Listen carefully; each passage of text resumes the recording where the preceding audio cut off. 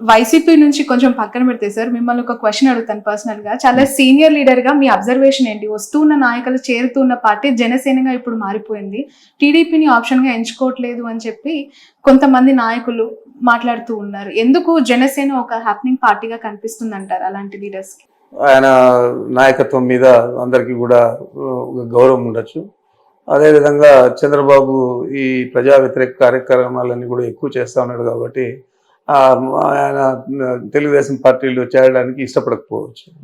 దానికి కారణాలు ఏవైనా కానీ వాళ్ళందరూ కూడా ప్రతిపక్షంలో ఉన్నట్లే. సార్, 2024 ఎన్నికలు కేవలం పవన్ కళ్యాణ్ యొక్క ఎఫెక్టివ్ వల్లనే ఈ రిజల్ట్ అంటారా? మీ అభిప్రాయం? 100%. దాంట్లో పవన్ కళ్యాణ్ వల్లనే 100%. అటు వైసీపీ ఓటమి, అటు కూటమి గెలుపు 100%. అంతలాగా పవన్ కళ్యాణ్ ఇన్ఫ్లుయెన్స్ చేశారంటారా AP politics? AP politics influence చేశాడా లేదా అనేది కాదు, వారికి సంబంధించిన సామాజిక వర్గం అంతా కూడా ఆయనకు గట్టిగా మద్దతు ఇచ్చింది. ఆ మద్దతు తెలుగుదేశం పార్టీకి ఉపయోగపడి ఎన్నికల్లో గెలవడానికి కారణభూతులే. ఓకే సార్, టీడీపీ పార్టీకి కమ్మ సామాజిక వర్గం బలం, జనసేన పార్టీకి కాపు సామాజిక వర్గం, మరి వైసీపీ పార్టీకి ఏ సామాజిక వర్గం? ఒకవేళ నిజంగానే అది నమ్మి ఉంటే ఈరోజు ఈ రిజల్ట్ వచ్చేదా అంటే? లేదు, లేదు. రెడ్లంతా కూడా చాలా మంది వ్యతిరేకం చేశారు. కారణాలు ఏవైనా కానీ రాబోయే రోజుల్లో మంచి ఫలితాలు వస్తాయని చెప్పి ఆశిస్తాను. రైట్. ఫైనల్లీ మొన్న రీసెంట్ గా తిరుమలని బండి సంజయ్, కేంద్ర మంత్రి, మీకు తెలిసి ఉంటుంది, తెలంగాణకు సంబంధించిన ఎంపీ. సో తను దర్శించుకున్నప్పుడు ఎర్రచందనం స్మగ్లర్ వీరప్పన్ వారసులు ప్రభుత్వం నుంచి పోవటం మంచి పరిణామమే, దీన్ని నేను స్వాగతిస్తున్నాను అంటూ మాట్లాడడం. అతనికి ఓనమాలు తెలియదు మా జిల్లా గురించి, మా ప్రాంతం గురించి. ఆడెవడో ఏదో ఎత్తిస్తే అది మాట్లాడాడు. ఇదే చంద్రబాబు నాయుడు వాళ్ళ శాసనసభ్యులే 2014లో పోటీ చేస్తే పీలేరులో కిరణ్ కుమార్ రెడ్డి తమ్ముడు కిషోర్ కుమార్ రెడ్డి ఈరోజు శాసనసభ్యుడిగా ఉన్నాడు తెలుగుదేశం పార్టీలో. అతని గురించి పబ్లిక్ మీటింగ్లో ఎర్రచందనం స్మగ్లర్ వీరప్పన్ అన్నాడు. మరి ఆ వీరప్పన్న ఇప్పుడు వాళ్ళ పార్టీలో శాసనసభ్యుడిగా చేసుకున్నాడు. మేము రెడ్ శాండిల్ స్మగ్లింగ్ అనేది ఎంకరేజ్ చేయలేదు. నేను ఫస్ట్ టైం శాసనసభ్యుడు అయినప్పుడు రాజశేఖర గారు ఉన్నప్పుడు దాదాపు 370 వెహికల్స్, కొత్త వెహికల్స్ ఫస్ట్ టైం కొనిచ్చాం. అంతవరకు పాత బండ్లు ఇండిపెండెన్స్ అప్పటి నుంచి ఉండేటివన్నీ ఉన్నాయి తప్ప కొత్తవి లేవు. కొనేదే కాకుండా 24 డిఎఫ్ఓలు అంటే ఫారెస్ట్ డివిజన్స్, ఆ డివిజనల్ ఫారెస్ట్ దీనికి 1+4 ఆర్మ్డ్ ఫోర్స్ ఇచ్చాము. ఆర్మ్డ్ ఫోర్స్ ఇచ్చి వాళ్లకు సెక్యూరిటీగా ఇచ్చి రెడ్ శాండిల్ స్మగ్లింగ్ అరికట్టేదానికి కృషి చేసాము. చేసేదే కాకుండా చాలా మంది మీద అప్పుడు పీడీ యాక్ట్ కూడా పెట్టాము.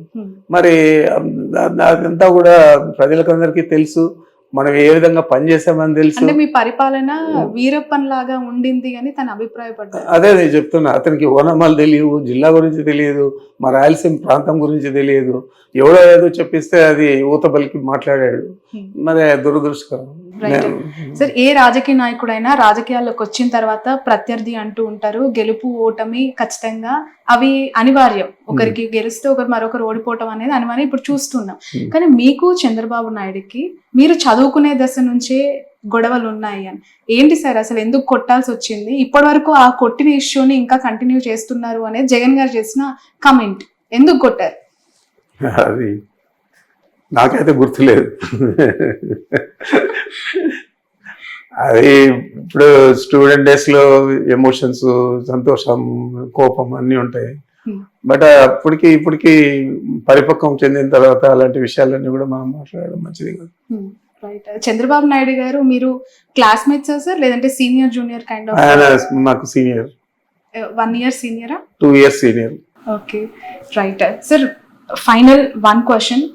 కాసేపటి క్రితమే ఏపీ హోమ్ మినిస్టర్ని వైఎస్ సునీత గారు కలవడం జరిగింది వివేక హత్య కేసుకు సంబంధించి డెవలప్మెంట్స్ విషయంలో. ఎలా చూడాలి సార్ ఆ ఇష్యూ? ఫ్యామిలీ ఇష్యూ ఎప్పటికైనా సాల్వ్ అవుతుందని నమ్ముతారు? ఎందుకంటే మీరు చాలా ఫ్యామిలీకి దగ్గరగా ఉన్న సీనియర్ లీడర్.